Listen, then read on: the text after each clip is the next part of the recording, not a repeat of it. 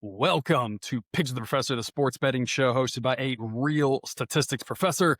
It's week 2 of the college football season 2025.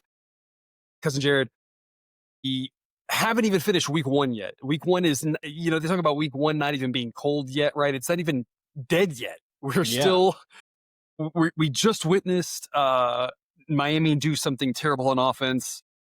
It's the first quarter. I guess what we just witnessed is a bad snap on the field goal attempt. It just feels like we witnessed Miami doing something horrible on offense. Maybe could apply for any time of this game. I don't know about you. That's what it feels like we're heading towards. So we're going to be recording this during the game, so you will know where we are in the game probably based off our reactions to it. Thankfully, we already got a winner here on Sunday. Thursday went great. Friday went terrible. Saturday was up and down. We're going to do what we like to do around here, though. Start off with just a quick recap. In what we like to call the good, the bad, the ugly, Cousin Jared, we had a lot of good things in week 1. We did. We were very right about a lot of things, and this is where we get to talk about the good things because everyone knows the next is the bad, and that's where we have to eat some crow. So let's live it up right now. What were some good things here in week 1 that you wanted to talk about? My best thing, I think we went 7-3 on unders, if you include the Virginia Tech, South Carolina under that we had here on Sunday. And especially, I would say the stretch from starting on Thursday night we had the under in Buffalo, Minnesota, the under in Nebraska, Cincinnati, and then we had the under in Miami, Ohio, and Wisconsin. And then we also had the under, of course, on the Texas and Ohio State game going into Saturday. And for me, that was just a lot of under, and then the under in the Toledo, Kentucky game that was right after that. Yes. Thank you for including that one. And that I felt was validation because both of us were looking at all these lines and we were like, these all feel off by at least a touchdown. We talked about a lot of things that had changed over the offseason, but we had identified some teams where there was a lot of stuff that hadn't changed and we knew kind of their style and how they were going to play. And so, those unders were just on cruise control, honestly, through the entire weekend. I'm not going to see a record low number of points scored. I did look back, though, because it seemed like it wasn't very many. And I believe we were about at 45 points per game, which is very low for a full slate of college football. It is. I look back at I know we're a little bit lower in week 1 usually. Then looking back at the last couple of years, we're talking 52, 50, 53, 51 are kind of where we're mostly sitting. So a very low scoring output, at least with regards to the FBS versus FBS games, not considering those that drop down to FCS. I wanted to highlight there really just that Nebraska-Cincinnati game. That was the one where I need to grab the clip of it where I said I was going to go out on a limb and say that the model's projection of 37.6 was going to be way closer than the market 54. And of course, there were 37 points. And on top of that, you even in your article, you had predicted 13-3 at the half, and it was 13-3 exactly at the half. You nailed that part. So there were some fun unders that we had for sure. I wanted to highlight one thing I thought was good was the fact that I said that USC might get to that total number of 60 by themselves. The model had projected 59. They got to 73. So we kind of Missouri State, we knew what you were. It's going to be a rough year, obviously, in the non-conference. They'll have a better chance in some of the weaker conference games and whatnot. But we knew they were going to play fast. And against the Lincoln Riley offense, we knew that might have some points. And that was a cruise control over. So that was good. Cousin Jared, there was also obviously a lot of bad. What stuck out to you? Mine was the Georgia Southern Fresno State game. I was convinced that good first Georgia half. Southern. Yeah. The first half was fine. And then I honestly, I'm trying to think of, because surprisingly, lots of decent games to watch late night on Saturday night. After the Pac-12 kind of went defunct, there was a little bit of a gap there, but plenty of good Saturday games. So I was trying to, it's amazing to say that you've got a quad box on YouTube TV and you don't have enough screens for all of the games going on. But anyway, so that one was off my screen for a while, and I came back and I was like, what the heck happened? After watching Fresno State against Kansas, I was convinced that, hey, this team's going to have some challenges offensively, and Georgia Southern is just going to be able to outscore them. And it, from 5 minutes left in the third quarter, there was never any doubt in that game that, Georgia Southern had no chance after that point. So, that was a lopsided loss. It definitely wasn't a heartbreaker. You saw the outcome well before, the final whistle blew, but that was just harming to the self-confidence there. Cause you're like, man, I felt so confident about that one. And I was just completely wrong. I can't believe that the game ended or had a final score how it did because of the fact that it was 14 to 13 at the half. And that's when I went to bed. I had a long enough day. I was like, I've watched what I could watch, woke up and saw 42-14 and went, what in the world happened? Yeah. Yeah. And like you said, it was just one of those things, 2 third quarter touchdowns, an early fourth quarter touchdown. And they just dominated that third quarter. And yeah, really, really took what looked like a promising first half for Georgia Southern. They gave up a lead early, but then got back and took a lead and then completely fell apart. That was wild there. I mean, I think for me, I have to go to Alabama. And I'm gonna say bad on me for trusting Alabama. Florida State looks improved, absolutely. And I think you made the comment you thought they'd be much improved. And I made the comment and I said, yeah, the bar was so low after last year. We know they're gonna be improved. I thought with some of the new coordinators, obviously Gus Malzahn bringing him in as an OC is kind of a power move when you can bring in someone that well known who's had some success at the head coaching spot, even to just focus on what he does best. So we knew they'd be better, and I just expected a lot later in the season, and they looked great from the start. So credit to them for sure. We kind of talked about this, and we alluded to this, that we kind of expected a little bit of a bounce back from Alabama here. They looked just like they did last year, just the same on the road, confusion on defense, lack of intensity, not getting any push on the line, getting pushed around by the other line. It just didn't look good at all. And we were talking about it on the Discord, and it was like, I don't know if we should live bet Florida State here. I don't know if this is going to continue, but I mean, from the start, it was concerning and nothing changed basically the whole game. You got to be real concerned if you're an Alabama fan based off of that. A lot of ugly things this weekend. Cousin Jared, what's something that was ugly that caught your attention? I mean, I was at the game, so losing the A&M cover on the last play of the game, I was, honestly, probably the only person that cared at that point. That was in the stadium there, but you can there were other gamblers there. Come on. Well, yeah, but probably the only one who goes on YouTube and puts his thoughts out there to be criticized by everybody.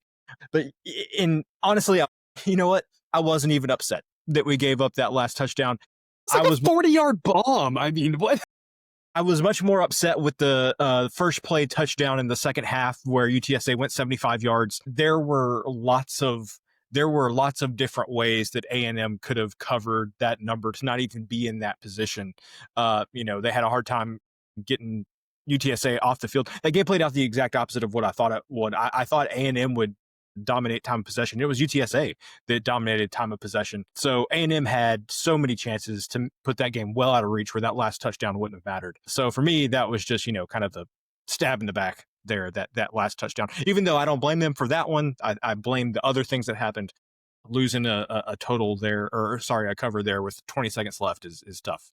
On fourth down, backup quarterback in. Yeah. I mean, that broke my heart. That was part of the reason why I went to bed at halftime of that. I was like, I'm done after this. I can't. Yeah. That's all. I hit my limit. And you're right. I watched more of that game than I should have, for sure. I didn't watch every play, but I caught enough of it. And it did feel that way, that A&M was just letting the cover slip through their fingers with all the little things. And yet, at the end of the day, the defense played well enough at the end. The offense played well enough at the end to get us where we needed to get. And it was hallelujah. Look at this. After all of the, messing around, everything, we got there. And then that happened. Man, that was rough. I'm gonna go to Deion Sanders here, head coach of Colorado. We're gonna talk about this a lot, right? We took plus 155 on Colorado. We said it's a great price. This is a coin toss type game at home. The altitude might play into it. You never know. Friday night might play into it. Like first game of the season, like you just can't pass this up. And I stand by that take. And I think the game, the way it played out, was very justified based off of that. It was a back and forth coin toss, great edge of your seat game. And then the timeout mismanagement at the end. Not that Colorado necessarily would have gone down and tied it up. Would they've gone for 2 good overtime? Who knows? I'm not saying they would have, but not giving themselves the chance by leaving 2 timeouts in your pocket. And I'm sure most of us who were watching were screaming at the TV, saying, what's going on here? And look, I'm going to say this doesn't change my opinion on Deion. This is exactly, he is who we thought he is. And this is every head coach. Every head coach, there are 10 dimensions these days that make up good head football, college football coaching. Clock management is one of them. So is player recruitment. So is player development. So is keeping harmony in the locker room, right? There's so many things. I can't even list them all. I just threw out 10, but there's so many of them. Having a porta potty on the sideline sponsored by Depends. There are a lot of ways we can take this. And no coach can max out his abilities on all of them, right? The best ones are great at a handful of things and they find other people to take care of the things they are deficient at. Every coach is like that. Every coach has to learn what those are. For Dion, we've known this is one of the things he's maybe not the best at, and it showed again. And all it is you need to hire someone to kind of help you out with this and be your right-hand man to solve this problem. He's not the only coach with this deficiency. This isn't a hot take. It's just most other ones figure it out, or we laugh at them a la Mario Cristobal, with that sort of thing with the clock manager, right? It's like you got to figure this stuff out, and that I don't know if it cost him the game or not, but that was for sure ugly, in my opinion. I wanted to just re-look back here because, Jared, we were talking about the last few years we've done so well with regards to our picks. 2 years ago, we lost 5 units in week 1, and then in weeks 2 and 3, we actually came back and made 7.5 units. It was the exact flip of that last year. We made money in week 1. We lost more than we made in weeks 2 and 3, and then went on a heater in weeks 4 through 7. That is to say, variance is real. It's small sample size because you were talking about it. We were on the wrong side of a lot of one-score things. I haven't looked at specifically. Those will go 50-50, but in any given week, you're going to hit lucky and you're going to win some tight games, and it's going to look better than it probably should have been. And you're going to have weeks where you go way worse than you should have. It's going to look worse than it should have been. It balances out in the end. That's what we preach here. I have no idea what week 2 will do for us, right? With regards to, are we going to be on the right side of that, wrong side of that? We're going to make some great picks. We're going to make some terrible picks. Variance is a real thing, but in the long run, we consistently show, of course, that we make more when we win than we lose when we lose. And hopefully we continue that trend here. And so just a little background historically there for the people to say, it's kind of gone completely flip-flop these last 2 years. So I don't think last week means anything as an omen for this week necessarily. This early season is, as you mentioned it, highly variable. There's some big edges that we capitalized on, some of those unders you talked about. There's some big edges that were way off. There's a lot of things we got wrong. We don't have time to go through all of them here. There's a lot of things the model got wrong. That's going to be the way it goes. There are some things that we're going to try not to overreact to. And then we're going to have some things that we are going to try to overreact to. And as we go through the games this week, we will discuss exactly what those are and how they are relevant, which leads us, of course, into the games of the week. Maybe not as strong of a segment of games of the week as we had last week, but some low-key interesting matchups here, starting off with Iowa and Iowa State, a noon game. What is left to be said about these two teams when they play each other other than they're wild games, they're fun games. Yeah. You never know what's going to happen. If weather's involved, you really never know what's going to happen. This is actually one of our AA games. The model has an A grade on both the side and the total, but it's one of the best games. And so we're going to focus in on Iowa at plus 130. Cousin Jared, road team here at plus 130. I like the plus 130 on the road. What are you seeing? What do you think the model's seeing in here when it gives Iowa a nearly 2 out of 3 chance to be victorious? Thinks that Iowa should be favored by 6 in this one. What do you think's going on here? I am just looking at historically in this matchup with what Sideline says. Sideline just nails it every year. It's going to be a close game. Take the plus odds. Either way, you can get it. And that is not to say that we don't like the side on this game either, because I think that we would both say that we also like the total on this one. We both like the under here as well. But for me, the plus odds with Iowa are just too good to pass up. Two of the things that kind of came into my mind as I was assessing this game. First one is I think Iowa State's good, but if you saw what Kansas State had to deal with North Dakota, not North Dakota State, but North Dakota last week, you kind of have to ask yourself, but they're not North Dakota State. They are good, but you have to ask yourself, man, does Kansas State have some deficiencies at this point? We've seen 2 straight weeks of, some issues on short yardage situations against Iowa State. And now you got a, FCS team coming in and you're down late, have to score a touchdown with less than 2 minutes left in the game to win. So my first thing thought was Iowa State might be getting a little bit too much credit for that win against Kansas State. And the second thing I thought about, you can if you want. I did it for you, so you don't have to. But don't go look at the Iowa offensive box score for this past weekend. I think they threw for 60 yards or something to that effect, but they ran for 300 something yards. And it was not the normal Iowa line up under center and, just pound it away. There was a little more variation in the run game. I think in the preseason we talked about Gronowski, I believe, is the quarterback that came over from one of the FCS schools, really decorated quarterback, can run the ball well. Anyway, where I'm going with this is, I don't care if Iowa's offense is one-dimensional, if that one dimension that they have is very good. And I think this Iowa offense has the potential to be a really, really good running team. They were pretty good running the ball last year, too. Yeah, they were good running the ball last year, but I think they have an additional dimension running the ball this year that they haven't had in the past. And so if, Iowa, they could pass for 50 yards each week. If they run for 300, I will not care. I will be happy. So I think that this Iowa team might be flying under the radar a little bit. And I think it'll be really easy to look at the box scores and say that their offense isn't any better. But I would say I think it's just different. And I think long-term that can help them. So I'm a little higher on Iowa State, I think. So all of that said, Iowa. Yeah, Iowa. So yeah, sorry. I don't know why I'm getting it all wrong. So I'm higher on Iowa, lower maybe on Iowa State because of that win over Kansas State and plus 130. Just too good to pass up. And I have to correct myself as well. North Dakota lost their last 5 games last season. So I don't know if they'll be good this year, but that's not really encouraging to end last season on a 5-game losing streak, first game this season. Almost maybe should have even beat Kansas State, which is wild. My first thought was, hey, don't play a game coming back from Ireland when you play the season opener. Give yourself a bye week that week. And I think that was the whole point, though, that they thought they were doing by playing North Dakota, again, not North Dakota State. Right. Iowa State took care of business coming back against a bad team. So it clearly isn't just about the travel. It might be more about Kansas State. And of note, we talked about that first game, the model wasn't overly high on Kansas State or Iowa State relative to what the market has. And so now that they've played each other, we don't really know if that's right or not. And still, maybe it's right based off what Kansas State and North Dakota happened. We'll find out here the model is still staking its claim that this Iowa team is just much better than Iowa State, and that Iowa State just a little bit overrated. Sad for me as a Big 12 fan, but the way it goes. And we talked about it a lot with Iowa. We think their offense might actually be sneaky good with Gronowski in there. That might be the best offense they've had. The last year was the best offense they had in a decade. And this might be an offense better than that. And so a lot of ways that things can go right there. The under right now is at 42.5. We would play that under, but I don't think there's going to be a lot of pace in this one, but these games get weird. And if Iowa's got some playmakers and they're busting some long runs, I don't really know.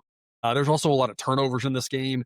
So this is one of those, right? Plus odds, probably the smarter angle on here rather than focusing on the total. Not that we don't like the total, though. One where we do like the total here, Illinois at Duke, a game that is set for noon Eastern as well.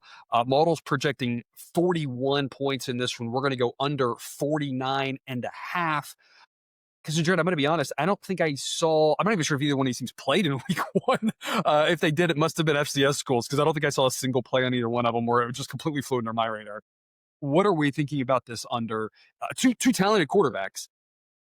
So we got to be liking something about the defenses, the pace. What is it that sticks out to you that says under for this one? Well, you viewer might be thinking to yourself, how are these two teams, Illinois and Duke, a game of the week? Sideline thinks Illinois is the 18th best team in the country, thinks Duke's number 42. They have this as a better matchup than Iowa and Iowa State, which seems hard to believe. Illinois is ranked 12th.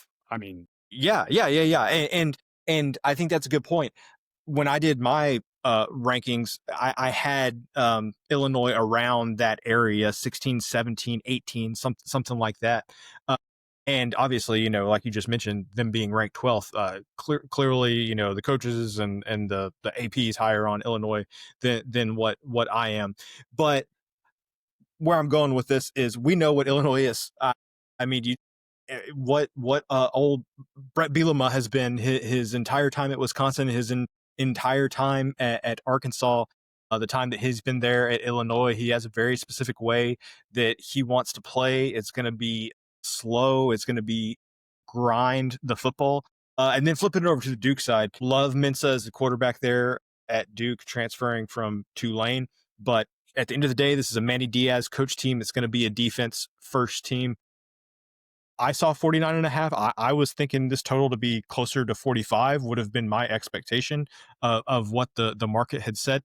And the fact that we're able to get 49.5, I'm just, this feels like this belongs in the category of the games that we talked about at the top of the show from last week, where we looked at all of them and said, hey, these are all off by a touchdown.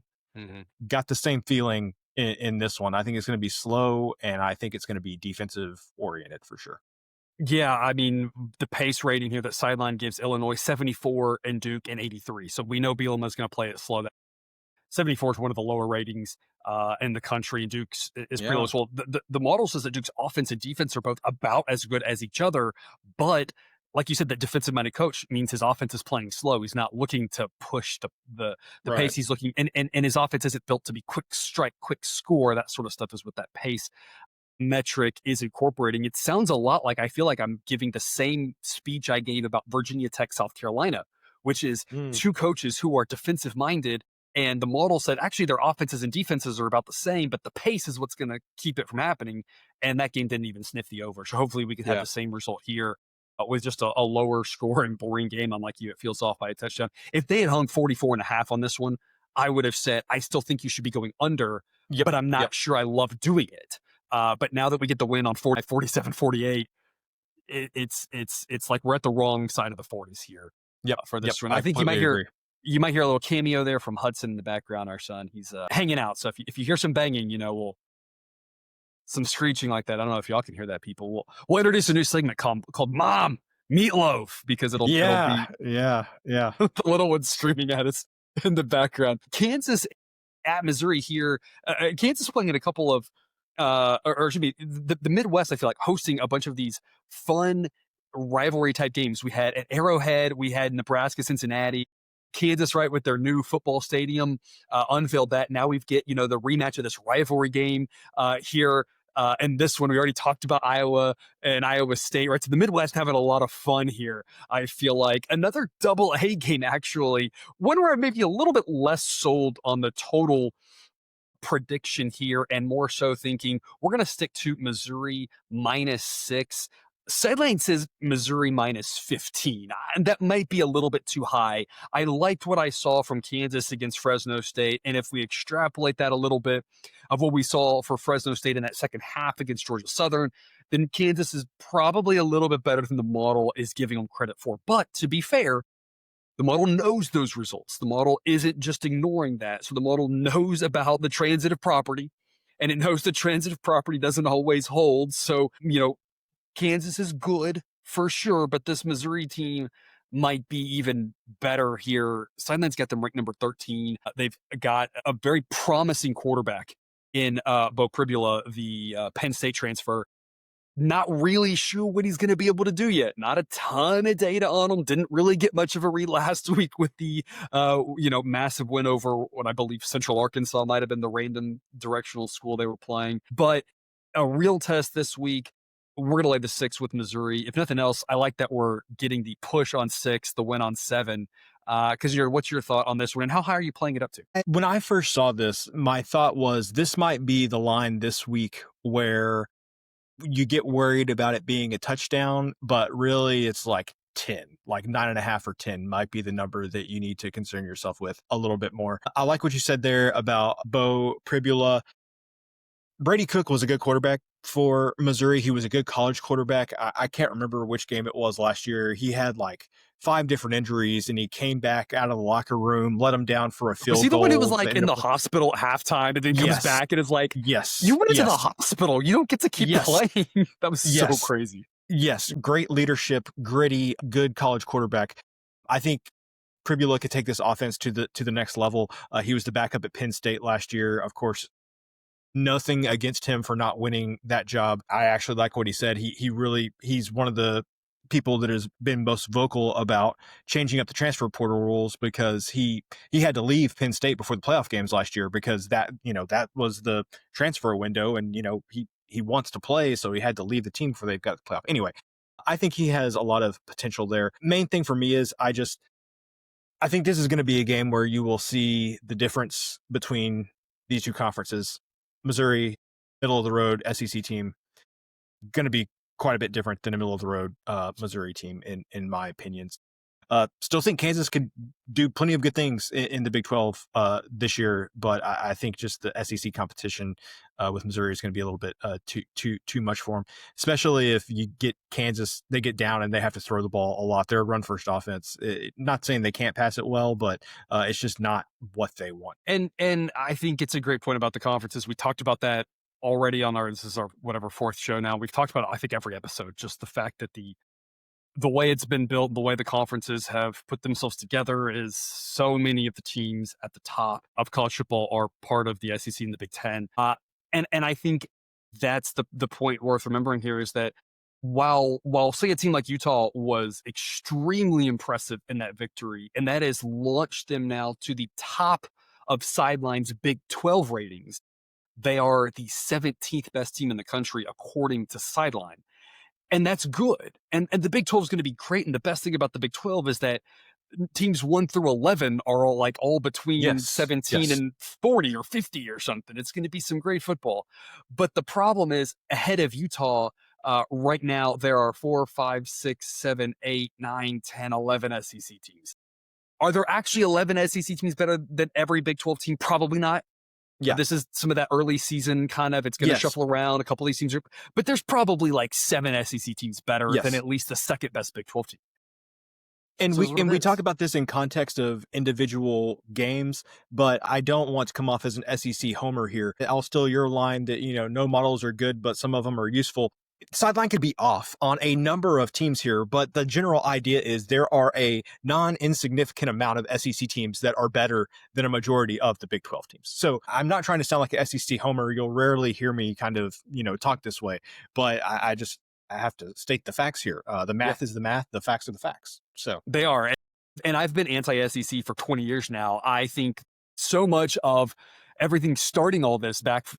We should do an off-season show about this because back when 2004 BCS or whatever that threw everything off when everybody thought the SEC was good, and it started this 10-year thing where everyone thought the SEC was good and they really weren't any better, but then at some point they actually did get better.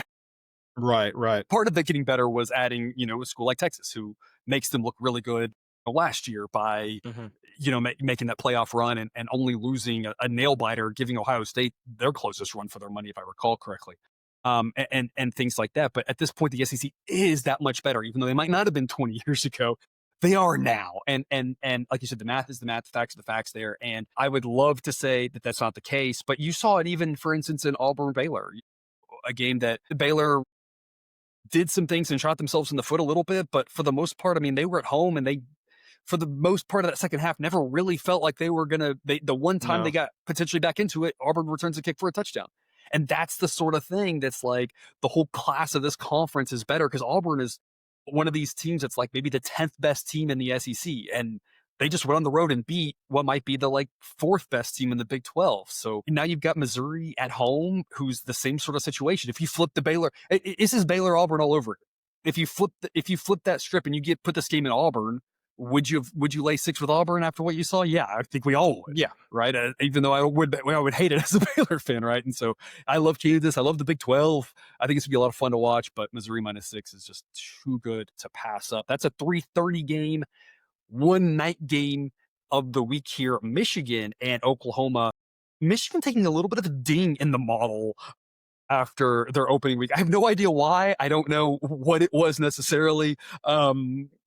When you play a nobody, right? What does it matter? But apparently whatever it saw, either didn't like them as much. Maybe it was just the teams right around. LSU jumped them, right? LSU obviously had a pretty impressive win. It could have been stuff like that. But still, obviously, the model is high on Michigan, high on Oklahoma, because as we just talked about, high on almost all of the SEC. We're going to go under 47 in this one because your model says 42. As much as I'd love to get 48 on this one, This kind of feels a lot like the Illinois Duke game we talked about, where we're thinking, how is this game going to have that many points? Oklahoma plays a lot faster, but also has a legit defense, and we know what Michigan's defense is.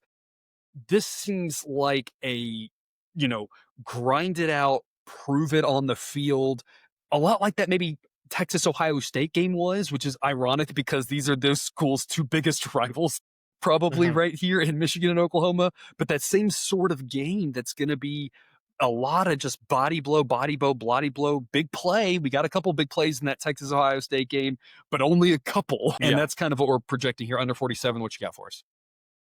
I like the side here too. I think that there's value on one of the sides here, but I think this under is just too good to pass up. You talked about like I would play this at 45. I know sideline says 42.2, 44. Still like it. These two teams are just so defensive minded with what they do, and I'm glad you brought up the Illinois Duke game because yes, there are similarities, but I think one thing that it may be a little bit different in that Duke, Duke Illinois. Illinois game, you've got Altmaier and you've got Mensah who have a lot of playing experience. Mateer just had the 1 year at Washington State. Big step up here in competition for him. Bryce Underwood, just his second game. I would not be surprised to see some shaky quarterback play early in this one, potentially both the quarterbacks trying to get, their feet under them a little bit, especially there with Michigan, just trying to build up Underwood's confidence. He played well last week, but it was against, New Mexico or whoever it was. So I think both teams are going to come out, try to run the ball. The clock's going to be running. Of course, two good defenses here, as you would expect with these two teams. I think for this game to go over, you're going to have a turnover deep in the red zone, a special teams touchdown, something like that. Because I think left to their own devices, both of these teams prefer to play low scoring games. Yeah, and just again to harken back to the Texas Ohio State thing, young quarterbacks in that game and some shaky quarterback play there. Young quarterbacks in Yeah, this game might expect yeah, some shaky quarterback play. It's very similar, yeah, right? yeah. Obviously, you can pick out the differences, but I mean, there's so many similarities. I don't know if it'll be 14-7, but that would be a nice Saturday night game for us if it were. That'll take us to our double A games, folks. A class of baseball, a type of battery, and games the model has strong opinions on. And because you're, I just wanted to stop here and talk real quick about the Boise South Florida game. I love one of the things you said about that when we talked about it is you basically laid out for the people. You said the over is a little bit scary because if there aren't points, then at that point where we'd be really in trouble with laying the points with Boise. And so you said don't mess with the over. Just lay the points with Boise because Boise can win Yeah, this game 30-20 or something like that. yeah, If there are a ton of points, then we're probably okay with the Boise part because they're going to have to generate it. There weren't points and Boise didn't cover at all. They didn't win the game. But I love your logic was spot on. And so we talk about the process right there. That logic was spot on. The way that game played out, obviously South Florida looked much better than we thought and Boise works. But Boise did outgain South Florida for the record. They had a crucial, terrible penalty in the first half. South Florida had a fake punt for a touchdown that opened up the game, and then Boise started going for every fourth down, and that game went off the rails. So, we're going to have a series of games like that where we're going to try to figure out what's the better of the two plays. We're trying to give you some logic. Hopefully our logic's sound. Hopefully the picks work too, but if nothing else, we can't promise what will happen. We can only promise that we will give you the best logic that we can possibly give you. And we'll start off with that 3:30 p.m. Eastern. UAB and Navy. We're going to take all those points with UAB, 21.5. Model says Navy wins this by an average of 10. An early season AAC game, one of a handful of conference games this week. If I'm scrolling through it correctly, it looks like 4 conference games this weekend, and this should be one of them. Cousin Jared, a lot of points against a Navy team that can really frustrate you. Why do we think it's okay to grab all the points? Two reasons. Number one, guys, if we go over 58.5, you're really asking for this game to get into the 60s, and it's always a lot to ask an academy team to play a game to get into the 60s. Certainly they can do it, but they have to break a lot of big plays on offense for that to happen. And so I just always get a little bit uncomfortable. That being said, if this total were maybe 57.5 or 56, maybe I would be a little more on the edge with this one. But I much prefer to take the 21.5 as opposed to going over 58.5. if UAB plays well, obviously you've got the points in your pocket. Everything's going to take care of itself in that regard. If Navy plays the way they want it to, what you have to, I think the only way that UAB doesn't cover this game is if Navy breaks those big plays early and they get up by 17 points, get up by 21 points. And then, UAB is just kind of like, whatever. And Navy holds on to the ball for 20 minutes in the second half of the game. If that doesn't happen, if UAB can keep it close long enough, sure, let Navy keep the ball for 20 minutes in the second half. If they're only up by 13, I don't care. Hold on to it all you want. That's great. So I just want to take the 21 and a half, because I think there's just more ways that wins. I think the game has to play out in a very specific way for that not to cover. I was thinking the same thing, that you're going to know early on this one. Obviously, back door, front door, late things can happen. So no prediction is ever perfect. But there's a lot of ways that if this goes bad, it goes bad early because of what you were saying. It's kind of what I was thinking, that if UAB hangs around at all and then Navy's having those really long drives, what they're trying to do, 4 yards, 4 yards, 4 yards, to just wear you out, they're going to score plenty, but are they going to have enough possessions to win by this much? I like our chances grabbing 21 and a half. This is a number that, again, the model, knowing the way Navy plays, says should be a whole lot less.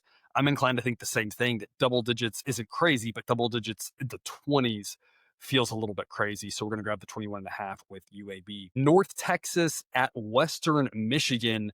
We're going to go over 60 in another 3:30 p.m. start. Model says 71 and a half. Cousin Jared, we talked about the lack of points completely in week one, but that wasn't the case for everything. Like we talked about that USC game. So teams can score. And this is one where we've got two fairly fast teams playing against each other. The only bugaboo here might be Western Michigan's offense is the only thing that might hold this one back a little bit. I'm not sure how many they can score, but at least they're going to go fast. And that's what we're hoping for, is a lot of possessions in a non-conference game. Everyone wants to get everybody out there, all the reps possible. You're prepping for conference. So even if something happens late, right, more reps at the end for everybody, for teams that want to play fast. And let's get this thing over 60. Cousin Jared, what are your thoughts? Do as we say, not as we do. That we're speaking from experience. I'm sure it would be easy for you to look at Western Michigan being the 132nd ranked team according to Sideline. You mentioned the offense, not great, plays fast, but not great. And you could say to yourself, yeah, I can lay the 9.5 with North Texas and not have to concern myself with a game getting into the 60s. But I just don't trust North Texas's defense. You talk about Western Michigan not having a good offense, and yeah, it's pretty bad, but North Texas's defense isn't anything to write home about either. We've seen consistently since Eric Morris has been there at North Texas, they love to play fast. North Texas is one of the only teams where everybody here, I feel like, knows I have a little bit of an aversion to overs.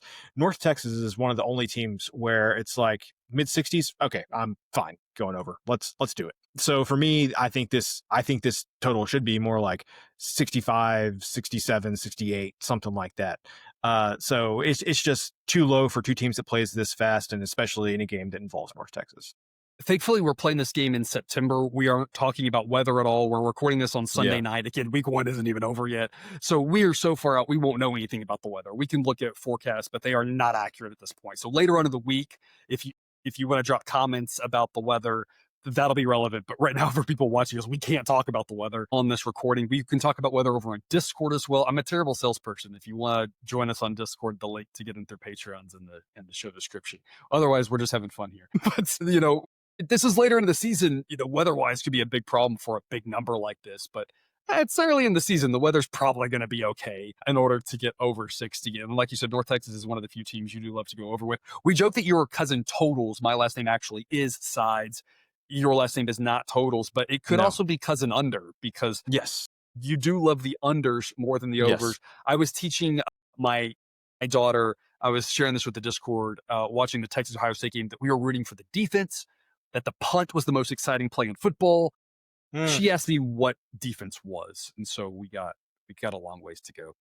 South Florida at Florida. We talked about this one already a tiny little bit. Not to diss South Florida in what they did. Byron Brown looked fantastic. Boise looked like they really struggled replacing a running back who was very, very good. So this isn't the most surprising thing in the world. However, again, the fact that South Florida needed that fake punt, the fact that Boise didn't just kept going for fourth downs, the turnover luck. Folks, I said it on Discord.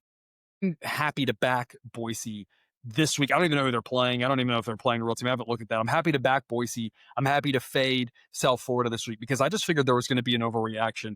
And that's kind of what happened. The model has adjusted and made South Florida better based off of that, but it can only go so far. The model loves this Florida team, has actually bumped them ahead now into that top four, slightly ahead of Penn State, I believe, is the team that of the top four is not in there. DJ Lagway, incredible. So much talent at Florida. We loved writing them last year. The model loved them so much in the back half of the season, and we made so much money off of them. And we're going to do the same thing. We're going to lay the 18. South Florida really wants to keep this game close. I'm just not sure it's going to be the same situation. And if they play fast against this Florida team, it might get out of hand. It might not. South Florida might surprise us 2 weeks in a row. But this Florida team is legit, so we're going to lay the 18. Cousin Jared, tell us more. So I went to look just to make sure you would, at least based on the public perception, you would think that South Florida would have gotten a big jump in the rankings for this past their performance against Boise State, but only jumped them 5 positions. Sideline only jumped South Florida 5 spots here. And so I think to all of the things that you said, this is where Sideline is really helpful in basically saying how much should we react to what we've seen. Where should we overreact and where should we not overreact? And this one's saying don't overreact to that. Yes, exactly. I think even if South Florida hadn't won that game the way they did, if they would have only won it by, a touchdown or a field goal or something like this, I feel like this line against Florida is 21 or 24 and not 18. I feel like this is a big overreaction.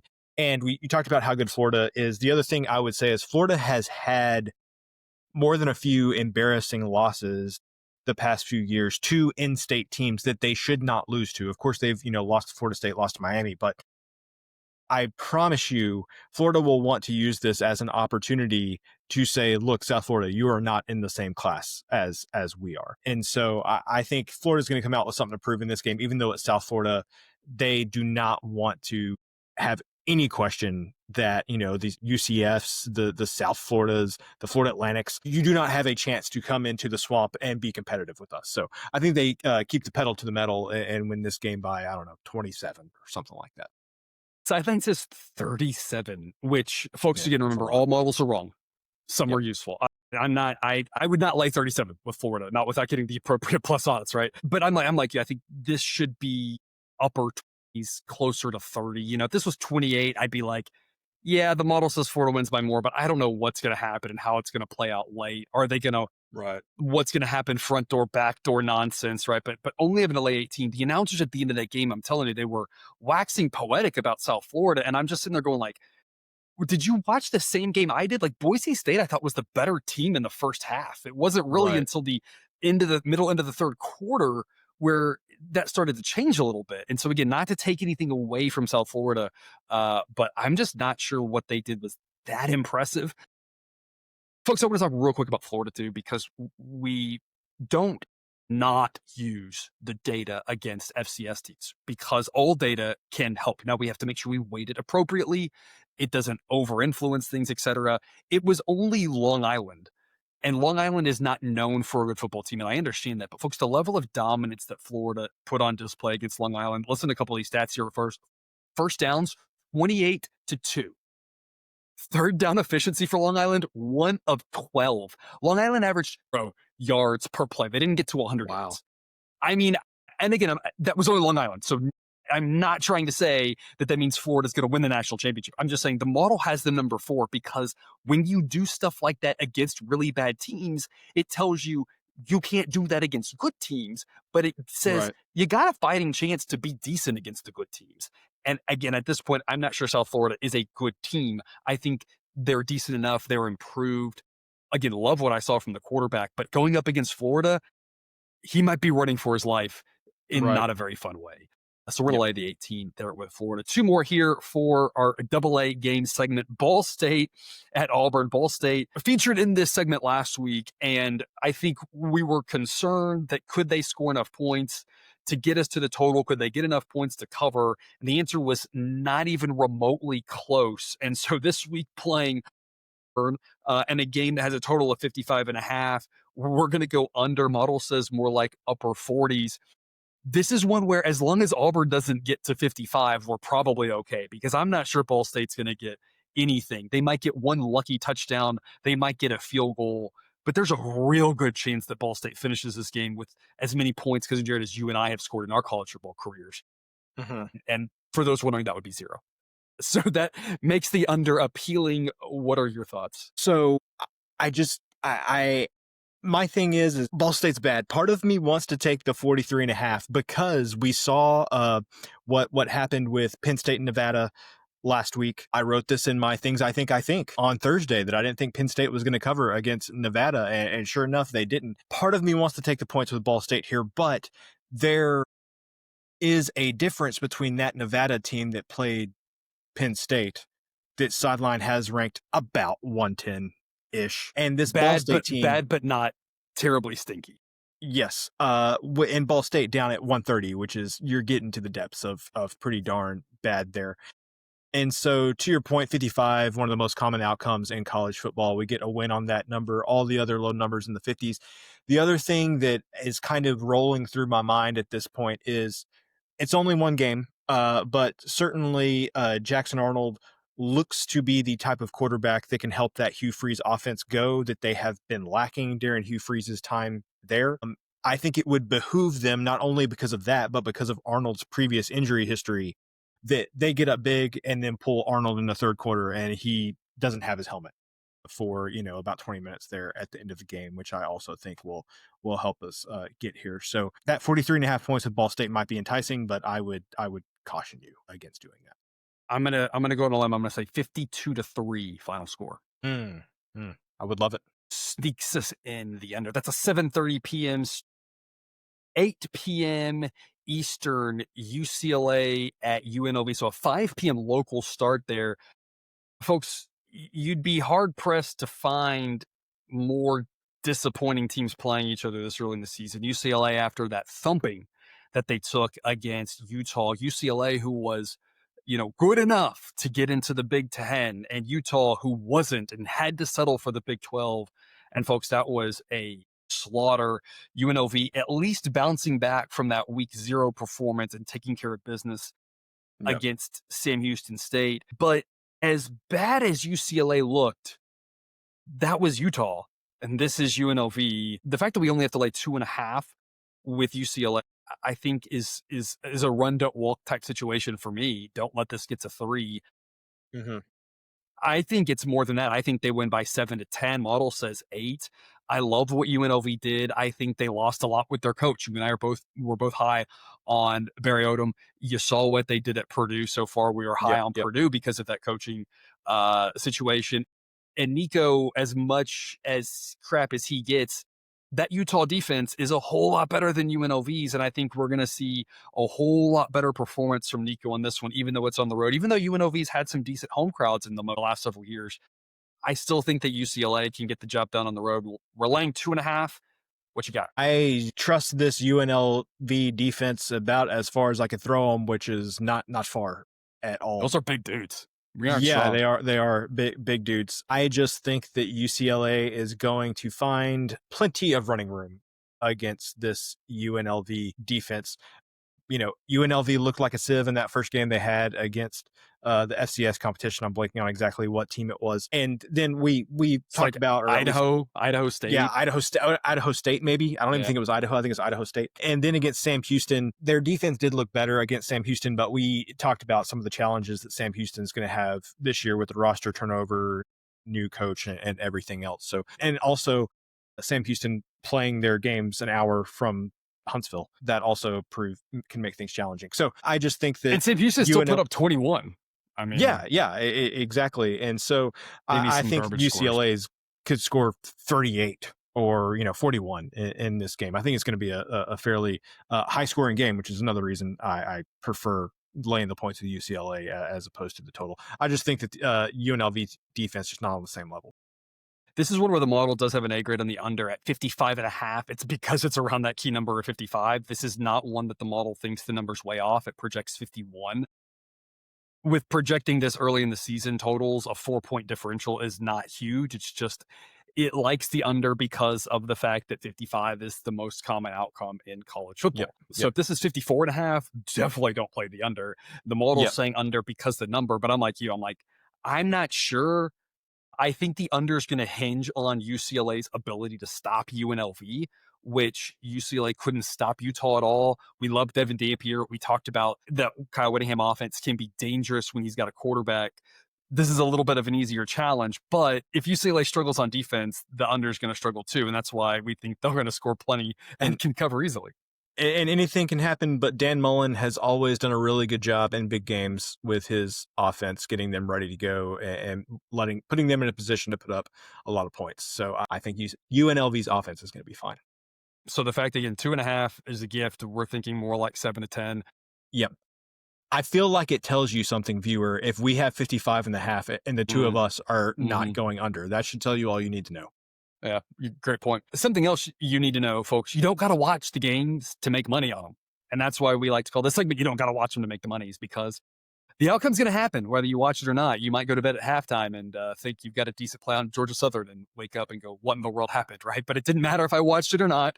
It still happened the same way. And folks, these are some games you might not want to watch. Starting off with yours, Utah State at Texas A&M, because we're going to go over 55.5. Again, wrong side of the key number, and we're still going over. Why is that?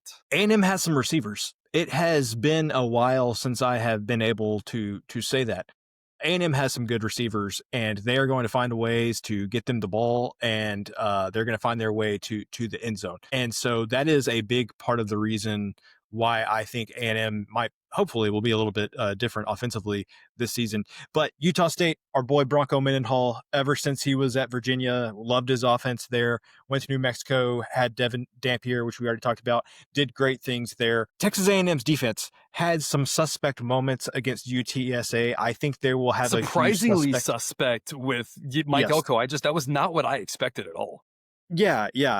And don't get me wrong, UTSA was doing some good things, but I was the exact same way. So very surprised by some of the things that I saw, especially running the ball. I don't think A&M has enough time to get all of those things fixed in the week turnaround. It's also Utah State, so they're college kids. How focused are you going to be able to get them to fix things for Utah State in the next week? But it's more about love Bronco Mendenhall. I think he's going to find a way offensively to do some unique things and score enough points in this game to get us over 55.5. Just need to get a game into the upper 50s, which I think with these two teams is something that could easily be done. A 12:45 p.m. start. So this is the same start time that we had for that Toledo, Kentucky game that mostly cruised to an easy under for us. Hopefully we'll have a few more points in some of these week 2 games since we're playing a few more overs this time, and this is one that we think can get over. If Utah State plays at any tempo, which the model thinks they will, that's going to really help us out too. Just get an extra possession or two in there. And then, of course, if nothing else, maybe we'll benefit from that last second backdoor touchdown that your defense allows. I'm still going to be bitter about that one for a long time. Yeah. West Virginia at Ohio, a game that West Virginia is only favored by 2.5 on the model. Says this is kind of one of those run, don't walk spots, but West Virginia, one of the weaker teams in the Big 12. Ohio, one of the better teams in the MAC, but usually MAC football is not very aesthetically appealing. A 4 p.m. Eastern start. And even though the model likes Parker Navarro better than Ohio, we still think there's value here laying 2.5 with West Virginia. Kind of see it like the UCLA game, probably more like 7 to 10 as the Mountaineers look to win on the road. Cousin Jared, tell us more. So we'll talk a little bit more about the specific game whenever we talk about Rutgers. But Ohio allowed 38 points to Rutgers last week. That game got into the 60s between Ohio and Rutgers. Which seems impossible for a Rutgers team, yeah. Yes, it does seem impossible for a Rutgers team. Anyway, so where I'm going with this is Ohio's defense doesn't seem good. I think with a Rich Rodriguez coach team, you're going to have a fast pace. I see this game being very high scoring.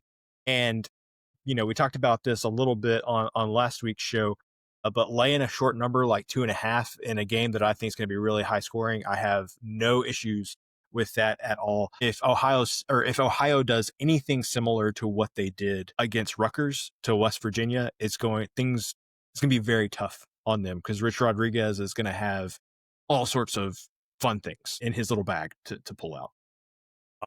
Absolutely. Missouri State at Marshall. Folks, for me, this one's pretty simple. We played the over with Missouri State last week. It was one of the few overs that I actually really liked, and we saw what happened. And at this point, I'm kind of thinking, as long as the model says go over until it doesn't hit, I'm just going to ride this one pretty hard every week because I think we're going to maybe need a little bit of an adjustment period for people to realize that Missouri State, decent enough offense and tons of tempo, and that's going to lead to points. Again, wrong side of the key number here. I'd love 54.5. But we're going to go over 55.5 as the model says. This game is more likely to land in the 70s than in the another one that the model just says was way off, just like last week. If Marshall plays with any tempo, I don't know who's going to score exactly as opposed to last week where I said, I think USC might get there by themselves. I'm not sure Ohio can get there by themselves. This one might take, Marshall can get there by themselves. This might take more of a joint effort, but I think both teams can get into the 30s on this one. If nothing else, Missouri State should be able to get to the 20s and give up a lot of points. Because, Jared, what do you like about this? I don't even know in what context this is talked about, but there's like the chaotic good and chaotic bad and chaotic neutral, I guess.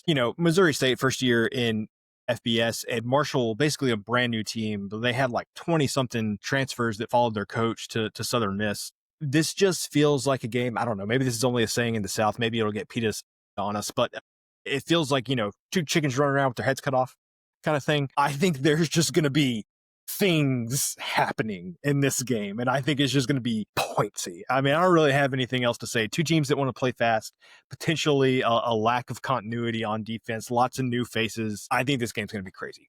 And that's kind of my only thought. The model gives a B grade to Marshall -10. I think hard pass. I was going to say Marshall team total over would be the way I'd be looking at this one. And the reason why, I didn't see a single play between Marshall and Georgia. But just look at the box score here. Marshall averaged 4 yards per play against Georgia. At Georgia. That's not bad for week one, whole new team, 4 yards a play. They went 3 for 15 on third down because they're a whole new offense and they were playing Georgia. Folks, they aren't going to have those problems against Missouri State. I mean, they are going to move the ball with more yards per play, much more third down efficiency. They're going to score a lot of points. Like I said, I don't know exactly how many. I'm not sure they're going to get to the full, 56 by themselves, but a Marshall team total over might be my favorite team total of the week here, just because I just, like you said, it's going to be chaos with regards to these two teams. And I don't know exactly how much chaos Missouri State's going to get scoring, but I feel like Marshall's going to score plenty. One more in this segment. And you don't got to watch that one. It might be crazy fun to watch, but you don't got to watch these. This was one Memphis at Georgia State where, because in Jared, I feel like every time Memphis comes up, it lands you one step closer to a heart attack. And so, yes. 7 p.m., you don't want to watch this simply because what Memphis has done to you in past lives. But another game that the model thinks is way off, projects 70 points. We're going to go over 54. I feel like this game should be priced in the 60s. I don't know why it's 54. I don't know why we're getting the win on 55. I don't know why we're getting the win on 58, 59, to be completely honest, but we are. I don't know what else to say. Two fast-paced teams. Georgia State weaker on defense than they are on offense. I mean, this just feels like a game that's going to be up and down, a lot of fun, a lot of points. It's that simple to me. Is it that simple to you? I feel like when I've gotten in trouble with Memphis, it's been because I have asked them to, go under a big number, or, like I think the way I would phrase it is there is almost no team I would be more comfortable going over like a 55, but petrified to go under a 62. Or over 62, under 55. Well, whatever I'm trying to say. Basically, I think they're going to play an upper 50s game every single game. And you just have to remember that at some point you're like, I want to go over 62 in this one. And you just have to say, no, you can't do that. Or, I'm getting a hook on, 52 and a half. I want to go under 52 and a half in this one. It's like, no. Just Memphis is going to play a game that ends up in the upper 50s. Their target score is 60. It's like, how close can we get to 60? Yes. And so I'm good with going over a 54 here.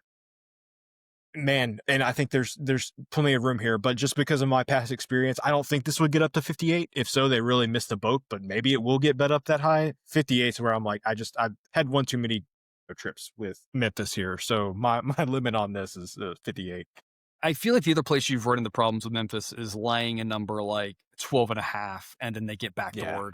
yeah, yep. Or asking them to cover 14.5 and they're down 14 and they throw a pick six with a minute to go, Yeah. that sort of thing too. That's where they've Yeah. kind of haunted us. Folks, this next segment, Run, Don't Walk, these are a selection of numbers that are fantastic where they are. Some of them we've already talked about are really good. So that's not to say these are the only ones, but these are games that we really like the number, are afraid of where it might move, and we want to lock in this number now. We're going to start off with the two Friday night games. We're going to have one of them here, Northern Illinois and Maryland. We're not going to talk James Madison, Louisville, even though that's obviously the by far better game. We're going to go under 48.5, of course.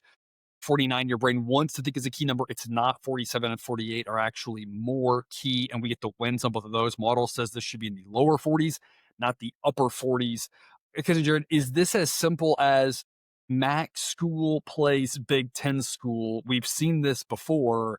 They go under like 70% of the time or some stupid number like that. Please, nobody look it up. It feels that way, and I want that to be true. Is that all this is? I think this is Maryland looked decent offensively this past weekend. But for me, this is just more about Northern Illinois. Northern Illinois has an identity. They know exactly what they want to be, what they want to do. We saw that in the game against Notre Dame last year where they went on the road and knocked off Notre Dame. I do not think that Northern Illinois is going to win this game, but I think they can make it ugly and, lose this game 27-10. I just can't believe this. I thought this would have been closer to 45. I know I said that about another game as well, but I just don't know what you can look at what Northern Illinois has done the past couple of years and say they're going to play a game that gets into the 50s when I think they're going to struggle to get to 2 touchdowns against an FBS team. Yeah, and Northern Illinois, surprisingly competent on defense for a MAC school. Many of the MAC schools are terrible on defense. It's not that their defense is great, but their defense relative to in most MAC schools is pretty solid and is good enough against the Maryland offense. The model actually has a slightly below average. And so not that Maryland won't score plenty of points, but that gives us hope that Maryland might, hang more around the 28-31 number. And how many points they score. The model says Northern Illinois gets 14. And I'm like, that seems, and they probably won't get 14. They might score 4 times, but they'll score like a bunch of field goals because that's just kind of what they do. Like they ugly it up. They move the ball. They hold the ball. They know exactly what they're trying to do in order to pull the upset against a school like this. They did it last year in a game they uglied up. And that's kind of the same thing we expect here. So under 48.5, again, key number there, 47 and 48. Because Jared, since this is the Run, Don't Walk segment, if people have ran and it has moved, where would you tell them to stop playing? What's the last number you're playing it? Probably 45.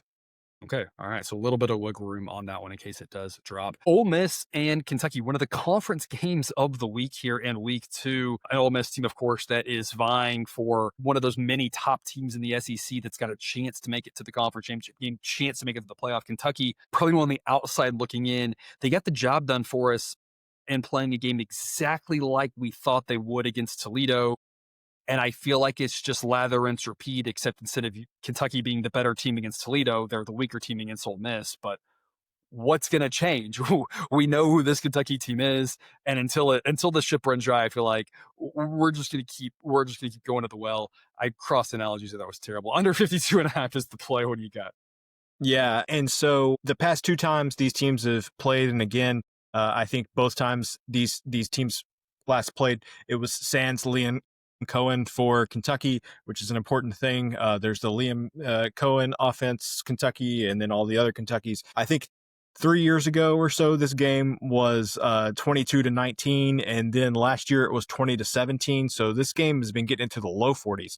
The past 2 times that these teams have played. There are just certain teams that, for as good an offensive coach as Lane Kiffin is, there are just certain teams that have given him fits, and Kentucky's been one of those teams.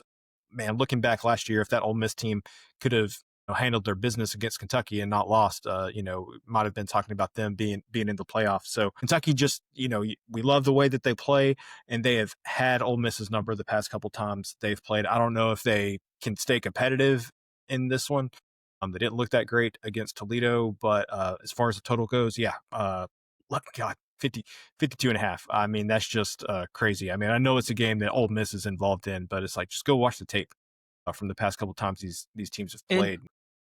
And Ole Miss, surprisingly, really low on the pace rating. I know people talk about Ole Miss and the ability for them to score fast, and we know they will go over in the right situation, but they're surprisingly be an under team at times. And this feels like one of those where people are always shocked at. I can't believe Ole Miss plays a game that's this low scoring, but they will have these types of games, and this seems like one of them. Sideline says 24-16, which aligns basically with what you were saying has happened the last few times these two teams have played. Again, remember, if you want to get Sideline's projected score, projected spread, projected total, probability of win, what the A grade threshold is for a moneyline play, ratings on quarterbacks, pace, all sorts of goodies, Patreon is the place to be. You can sign up at that link in the show description. Folks, if you're still watching here with us at the hour and whatever mark, you at least go check it out over there on Patreon. We've also got a free pick that I'll throw up there. I'm trying to throw it up there most every day that I like something that I can get something written, 3 or 4 times a week in baseball. So we'll be doing free picks on that too. So check us out over on Patreon. You can subscribe for the free part and get some teasers and stuff. And if nothing else, we've got all the loads of content there as well from the model. And of course, because your articles that we're ramping up to twice a week now in college football season. Is that correct? Yep, All that's right. There you go. We'll have something to be posted either. I'm think it's going to be written before the TCU game. I may just go ahead and post it before the TCU game and then make an addendum if the TCU North Carolina game goes completely off the rails. But at the latest, it'll be up Tuesday. It's probably going to be up. I'm wearing a purple shirt to remind us that we're recording this game before that game, 24 hours before that game's even happening. We do have a pick on that one. You can go back and watch Week 1 show if you missed it. Yeah, let me be more clear. It'll probably be posted on Monday, September 1st. The latest Tuesday, September 2nd. There you go. All right. Miami of Ohio at Rutgers. Because, Jared, this one's a run don't walk to me for a couple of reasons. Number one, we love under 48.5 because we talk about 47, 48. Also, with these two teams, I'm not buying whatever the heck happened with Rutgers and all those points last week. I know who Rutgers is and I know who Miami of Ohio is. Miami of Ohio had that one stretch where they did good things on offense, and that was really confusing. But Miami of Ohio has been a great under team for us so much of the last few years. They showed it in Week 1. I don't see any reason why that stops here. They don't play fast. The model says 38. Another game that I feel like is much likelier to be under by as much as the market's off by over. Like, this game is probably more likely, in my opinion, to be at 28 than 48 is what I would say. And I think that upper 30s is probably right where it should be. Low 40s, maybe. But this number seems like they're baking in overtimes or something. I'm not really sure how we can get that high with these two teams, unless something from last week is real with Rutgers. I'm not buying it. I still think I know who they are. They've got a good defense and they don't play fast. Miami of Ohio, a fantastic defense, grades out around average for college football teams. Thinking for Max standards, that's really good, but not a great offense. Daquan Finn, outcast from Baylor, questionable how much he's got left in the tank with some injuries. Solid, but probably not the guy to go on the road and put up some fireworks at Rutgers. So a lot of ways that teams are going to struggle to score under 48.5. Cousin Jared, tell us more. I alluded to this game earlier when we talked about the Ohio game, and it can be really tough early in the season to figure out, you've only got a 1-game sample. So it's like, okay, well, does that mean something about this team or does it mean something about this team? For me, when I was watching that Rutgers Ohio game, I was like, well, this clearly means something about Ohio because we know who Rutgers is. We know how I don't know why I'm blanking out Shiano. We know exactly how Shiano wants to play. We know what type of offense he's going to run. We know he's going to have a tough defense. And so, I was like, hey, this says something about Ohio. I will apply that here. We know exactly who Rutgers is. Miami, Ohio has, in my opinion, clearly entered that territory. We know exactly what Miami, Ohio is. If the two teams playing in this game were named Iowa and Rutgers, what would the total be? And I think that's the way you should be thinking about this. Forget that it says Miami, Ohio. Just think Iowa, Rutgers. And that's how you should view this game. So I can't believe this is 48. If you would have told me this was 41, I would have said, yeah, okay, fine. Yeah, that's fine. If you told me it's 38, I would have said, yeah, that's fine. Yeah, I agree. Either one of those numbers, I'd have been like, sure. Once you give me 45, I would have been like, absolutely under 45. Like, why is it this high? Yeah. Right. And then not only that, but we get the wins on 47 and 48. It Yeah. doesn't make a lot of sense. And anything can happen in one game, right? Anything can happen in one game. But it's a good reminder that we kind of alluded to last week, and we see it here. It's easier to talk about it now because we saw some of those games that the model said would go way under, and they went way under. And then we talk about like that USC game where the model said it would go way over and way over. Sometimes early on in the season, the market's a little bit shy to drop some of these Mhm. totals down into the 30s where they should be, a little bit shy to put totals up in the 70s, maybe where they should be.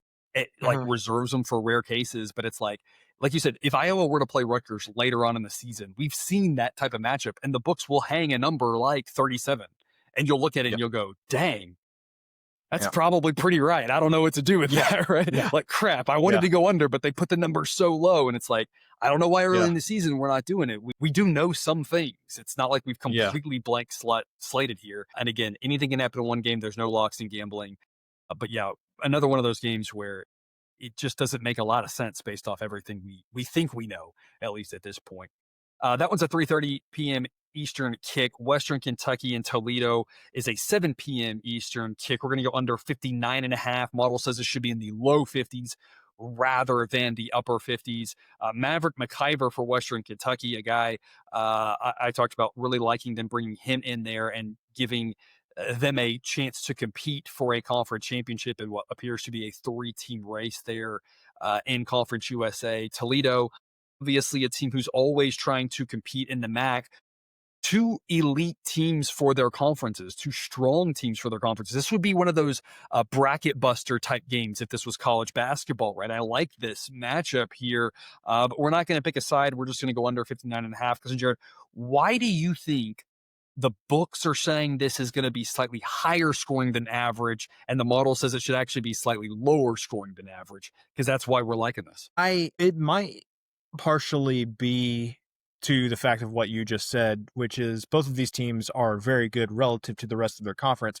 And so they're able to put up more points in most games because the level of competition that they're playing against is not very good. Well, they're running up against two other teams, or another team that is very similar to themselves. And so I think you're going to run into a more average football game there. I think the lowest I would play this is 55 and a half. This feels like a very average game to me. You know, sideline projects 51. Most of the time, if a number was at 55, I would still say go under with the projection of 51, but probably not with these two teams. I think 55 and a half, 55 is my number. If it goes below that, I don't think I'm playing it. And we've got obviously an overtime possibility with a tight game as well. And so that's where that extra, like I said, extra field goal might come in handy that you might just feel a little bit better at. If this game lands, 27-27, you're like, okay, if one team kicks a field goal and the other team doesn't, right? Like if the first team gets stopped, right? Completely misses the field goal, we got a shot here. So you got a couple little bonus ways to win there. I'm going to say this one kind of reminds me a little bit. It's the corollary to what we talked about last week. I don't remember if we talked about it on the show or if it was one of our honorable mentions that we gave out just to our people on Patreon, the over in the UMass Temple game, where it was like UMass is really, really bad, but they play so fast that they're going to have a hard time going over against any team with a pulse because they aren't going to score because they're so bad. But when you play a team Right. like Temple, they play so fast and they're so bad on defense, they're going to give up points, but they're going to accidentally score a few points, and that game went flying over. And it's kind of that same thing as like, it's the flip of that, right? That was the you're so bad kind of situation. But here it's the, Right. like you said, actually on the upper half. So it's like you got to tease everything out relative to what you're comparing it to most of the time. And that's again the strength of the models. It figures all that stuff out for us so that we don't have to necessarily catch all of those things. One last run, don't walk here. One of the stronger games of the week, maybe a little bit of an undercard type game, low key under the radar. Arizona State, Mississippi State. One of the rare games where the Big 12 team is the better team in this one, as Arizona State is about a touchdown favorite on the road against one of the weaker SEC schools here in Mississippi State.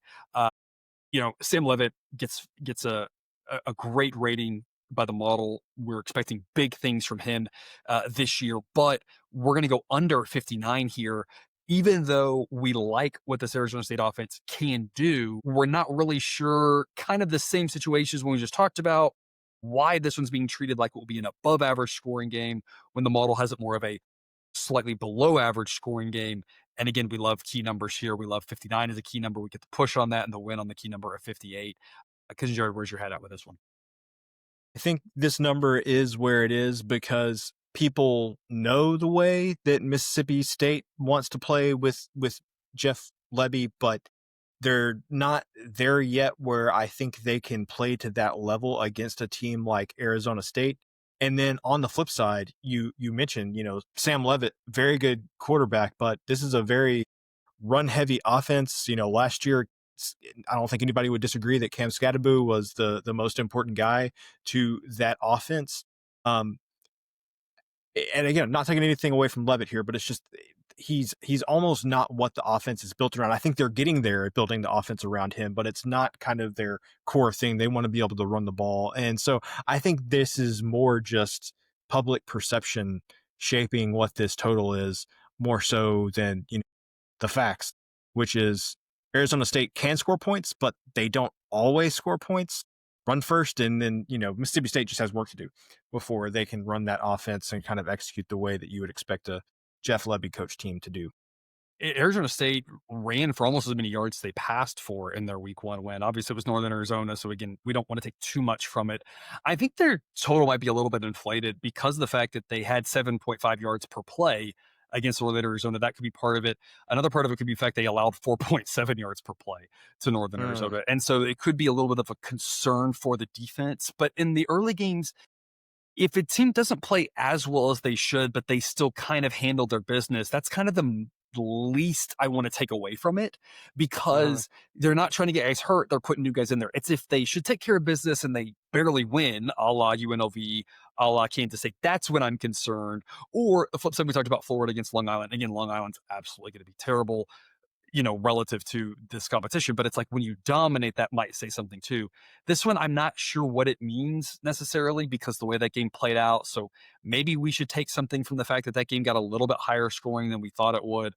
I'm not really sure that we should. And if we shouldn't, then it goes back to kind of like you were saying, you know, maybe they aren't the team to really get Mississippi State into that shootout. And then when you look at what Mississippi State did last week against the Southern Miss, it's almost like you said, like they weren't really able to. They only put up 465 yards, which is good, but Southern Miss is not good. That's the thing is it's not one of those 600-yard performances, right? Jeff Lebby was one of the quarterback coaches back in some of those Baylor offenses that were putting up 600, 700 yards in those type of games.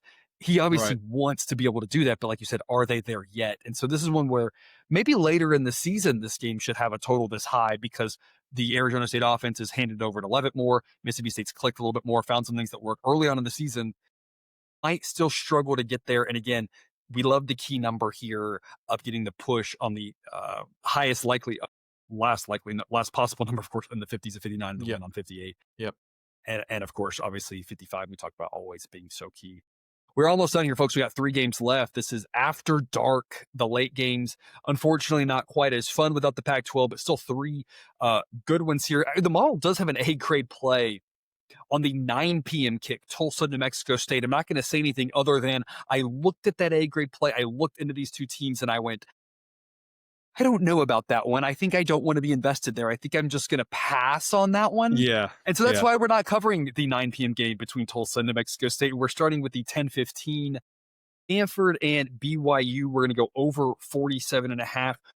Every play up until now, folks, has been an A grade. This is our first B grade of the show. We only put a couple last week as well, but when the timing is right, we want to hit them. Over 47.5. Key number here in the upper 40s is 47 and 48 of the 2 key numbers. So we split the difference here. In fact, if this was 46.5, the model gives it an A grade, maybe 47 even. I'm not sure about that one. So we're right on the edge of that A grade. Shop around. Maybe you can get a 47 to get the push on that number. But either way, because we think 48 or into the 50s is more likely. Model says low 50s. Why do you think? I think this is just a good spot, honestly, more than anything. Stanford had a weekend to recover from that game against Hawaii. I know you came on the show and vented a few of your concerns, addressed some of your concerns that you had with some of the play calling there by Stanford towards the end of the game. I think they've got a week to kind of clean up some of that. I think they will do enough offensively. And BYU, I mean, it was only Portland State, but you talked about how you don't want to take too much from that Florida Long Island game, but when you look at some of the statistics, it's like, man, BYU just plastered Portland State in that game. And so I think BYU plays well offensively. I think Stanford does enough. This is a huge part because you're getting 47.5 and you're there below the 48, the 51, the 52. I think this is just a good value play because of where the total is at. A couple of things I'd be remiss if I did not point out. First off, BYU scored a very nice 69 points. Portland State had 51 total yards, -5 yards rushing. BYU averaged 9.2 yards per play and eclipsed 600 total yards of offense. 68 rushing yards for BYU. I mean, they literally just ran it down their throats. So the other discouraging thing for Stanford, they're not going to really get much to see on tape of what they want to do in the passing game because BYU was just able to manhandle them. I think this is going to be a situation where Stanford wants to have an offensive identity under this Andrew Luck regime. And I think they want to be able to bully you, make those runs late, long. BYU wants to bully you as well. I think these defenses might get bullied up. And I don't know exactly how the game will play out. Obviously, BYU is a decent favorite here, as they should be at home. They're the better team. But both these teams trying to really body blow, could lead to some second half knockouts. So another one too, where maybe if it starts out a little slow, if you're still awake, maybe a live over, maybe a second half over, because I think we're going to see some more busted plays later on as these physical offenses really start having their way with the defensive sides. Of course, BYU, if they're able to put up anything offensively like that, then we're going to have a great chance of getting over the 47.5. A-grade play here, San Diego State at Washington State over 45. Model says more like mid-50s. Not a lot happening on offense at San Diego State, but as opposed to some of those San Diego State teams of old, at least a more average pace and a not killer defense helps us get some points. Washington State also wanting to play fast, better on offense than defense, and I'm going to say, since they're not very good, we're going to say less bad on offense than on defense. That weaker defense might allow San Diego State to score some points in a game. They're going to have some hard time scoring some points later on in the season. This is a good chance for them to take an opportunity of it against a team that wants to play fast and doesn't have a good defense. Over 45. Obviously, we'd love over 44. But this is one that's got should be around 50 or in the low 50s probably. So some good value either way. Cousin Jared, what's your take? This is, I think, more than anything else, a bet on what we saw with Sean Lewis when he was at Kent State, which, by the way, like looking back on that, how crazy is that what Sean Lewis was able to do at Kent State, like take him to a bowl game. I mean, that's just absolutely unbelievable. Went to Colorado, inexplicably didn't work out between him and Deion for some reason. But he went to San Diego State, and you're expecting, man, Sean Lewis is an offensive guy, loves to run things fast. That didn't really materialize last year. I think that with another year, you're going to get San Diego State that is more built in the image of Sean Lewis, a team that's going to play fast and score more points. And I think that, I mean, Washington State's not good enough, I don't think, to be able to just, nip that in the bud and be able to control the pace of the game. If San Diego State wants to play fast, I think that's what Washington State's going to have to do. And so anyway, this is just me kind of betting on, man, Sean Lewis, if he can do really well at Kent State, I think we're going to see some improvement this second year at San Diego State. And I think that's going to start out by scoring a lot more points than what they did last year. And even then, though, I think the number is the great equalizer, right? Because this number's only 45.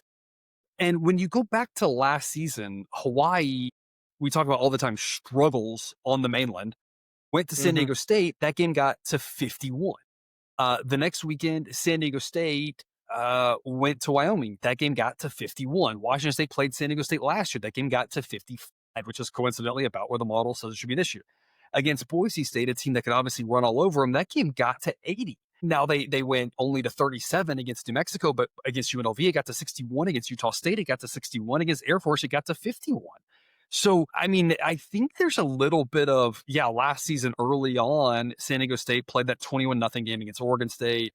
They played 31-10 against Cal. They played 22-21 against Central Michigan. So, they started last year with 3 unders. But then after that, while they weren't playing high scoring games, they were getting to 51, 55-ish for the most part, sometimes higher against other teams. And it's like, that's all we're asking them to do here. We're not even asking them to we get to 47, 48. We get the win, right? So I think I think you're right. There's a little bit of this perception, a little bit of carryover from certain things from how the season started last year, but maybe not how it finished. And obviously a Washington State team that we think is going to, play fast enough as well that there's going to be no real, reason to keep this game lower scoring. I think the asterisk to that I'd be remiss if I say is that whatever the heck happened last week with Washington State playing a 13-10 game against Idaho, obviously didn't see a single play on that. Both offenses struggled, but both teams were held to under 4 yards per play. I think if you're thinking this is going to be a low scoring game, it's because of that. But that was the first game.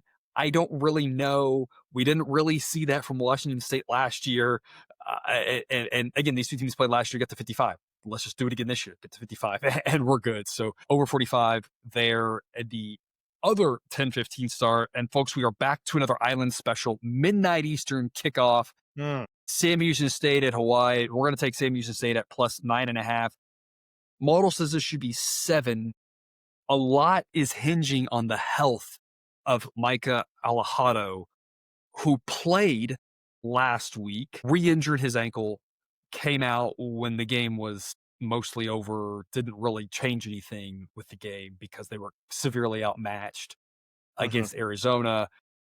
But re-injuring the same ankle has to leave you a little bit concerned that he's going to be able to do his thing at home. That's really the main reason I'm taking the 9.5, because I really think when you look at the drop off in quarterback play, I really do think this number should be a lot closer to 7. I wouldn't be surprised if it was 7 and got bet to 6.5 if he's announced out.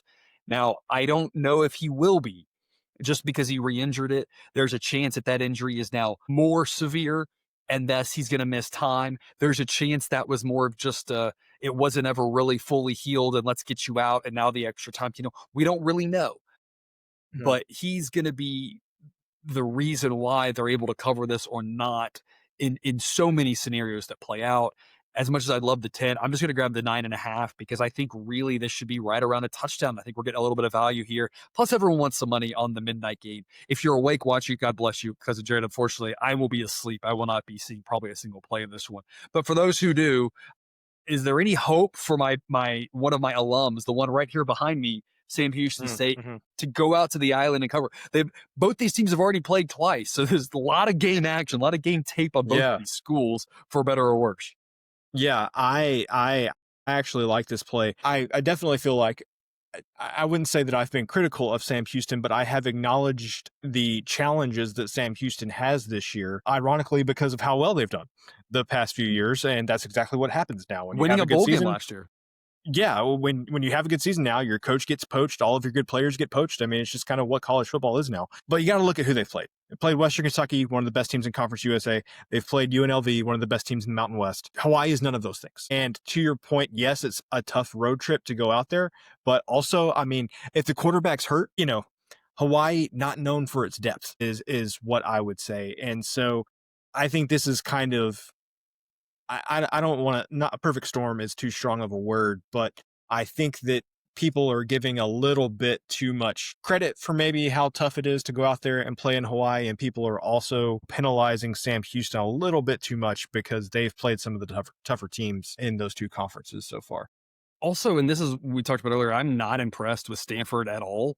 And yet Stanford should have gone out there and won. I mean, that was some terrible mismanaged stuff that you hope doesn't happen here from Sam Houston State. You could never predict when that happens. But Stanford was by far the better team there. And Stanford's not a good team. And so I think that maybe takes a little bit of the shine off of, Hawaii. On top of that, what they did last week against Arizona. And again, Arizona's a solid team.